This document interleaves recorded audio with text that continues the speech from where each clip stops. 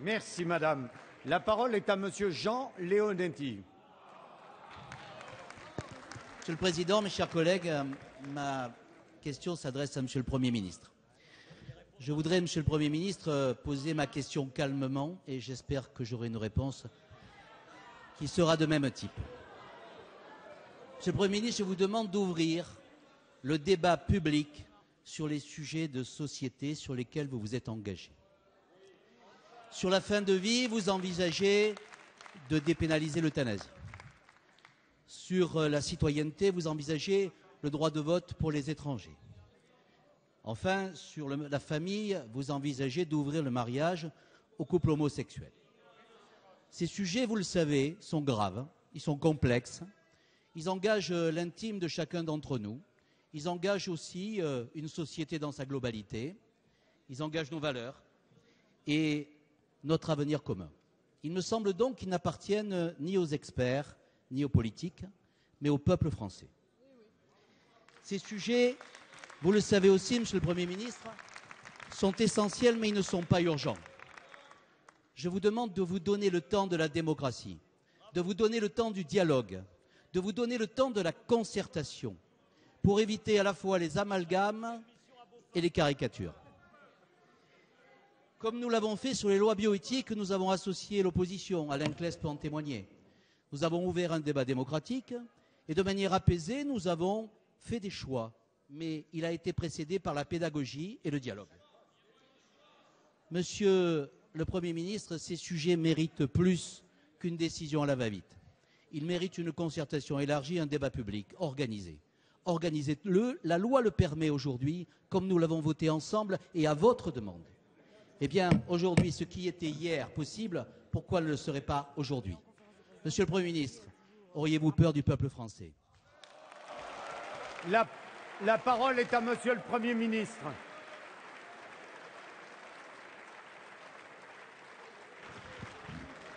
Merci, Monsieur le Président. Mesdames, Messieurs les députés, Monsieur le Président Leonetti, vous avez souhaité un échange dans le calme et la sérénité sur des questions difficiles qui peuvent diviser. Mais vous terminez pas comme vous l'avez commencé. Je n'ai pas peur du peuple français. Je respecte le peuple français, je le respecte d'autant mieux que le 6 mai dernier, le peuple français s'est prononcé. Et que le peuple français a élu un président de la République. Et que ce président de la République a eu, dans sa manière de faire campagne, je dirais au contraire, un respect profond du peuple français, puisqu'il a proposé aux citoyennes et aux citoyens, dans la clarté, 60 engagements. Et aujourd'hui, la majorité parlementaire, qui a été élue un mois après, a été élue pour donner au président les moyens de mettre en œuvre ces 60 engagements. Et c'est le respect du peuple français que de les mettre en œuvre. Alors, au-delà de ce simple rappel démocratique, vous évoquez plusieurs projets de loi, qui sont des projets de loi qui peuvent diviser, qui peuvent faire débat. Et ces débats sont respectables, Monsieur le Président Leonetti. Et vous avez parfaitement raison sur ce point de souhaiter le dialogue le plus approfondi possible et le Parlement, et c'est sa vocation, est là pour ça, et le gouvernement souhaite, mais je crois que tous les parlementaires souhaitent, prennent le temps nécessaire pour que vous ayez jusqu'au bout du débat des projets de loi présentés par le gouvernement, pour qu'ensuite, souverainement, l'Assemblée nationale se prononce. Alors, les trois projets de loi que vous avez évoqués, l'un a fait l'objet, le mariage de couples d'un même sexe, ce matin d'une décision du Conseil des ministres.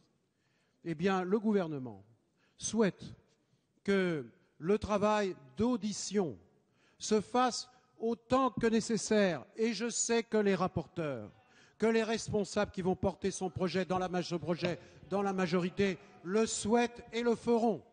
Et vous avez évoqué la fin de vie.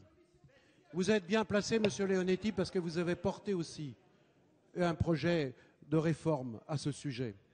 Et je sais le travail que vous avez fait. Vous l'avez fait dans un travail d'écoute et de dialogue, et je vous en remercie, auquel nous avons participé, et même, parfois, nous nous sommes retrouvés dans un même vote. Eh bien, le président de la République, sur ce sujet difficile, mais qui est une préoccupation légitime des Français, et qui a fait aussi l'objet d'un engagement, a désigné un professeur, le professeur Sicard, pour engager toutes les réflexions nécessaires avant que le gouvernement se saisisse d'un projet de loi et vous le propose. Donc c'est bien le respect du dialogue, c'est bien le respect du débat, s'agissant du droit de vote des étrangers aux élections locales. On sait qu'il faut une réforme de la Constitution, et on sait que la majorité de gauche ne l'a pas à elle seule. Et donc j'ai préconisé, là aussi, le dialogue pour rechercher des convergences, pour que nous puissions aboutir, là aussi.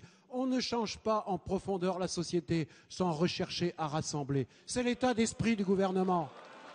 Alors, monsieur le député, monsieur le président Leonetti, vous l'avez prouvé vous-même. Vous n'étiez pas, lorsque vous avez fait vos premières propositions concernant le droit de terminer sa vie dans la dignité. C'était une autre proposition. Vous n'avez pas été sans dialoguer. Vous n'étiez pas d'accord au début avec tout le monde et vous avez fait progresser. Mais moi, je suis ici, en tant que chef du gouvernement, garant des engagements qui ont été pris devant les Français. Eh bien, ma responsabilité, je dirais même mon devoir, c'est d'être garant du respect du vote des Français, de le faire dans le respect des droits, de la diversité des opinions, mais d'abord dans le respect du vote des citoyens de la République française. Merci, Monsieur le Premier ministre.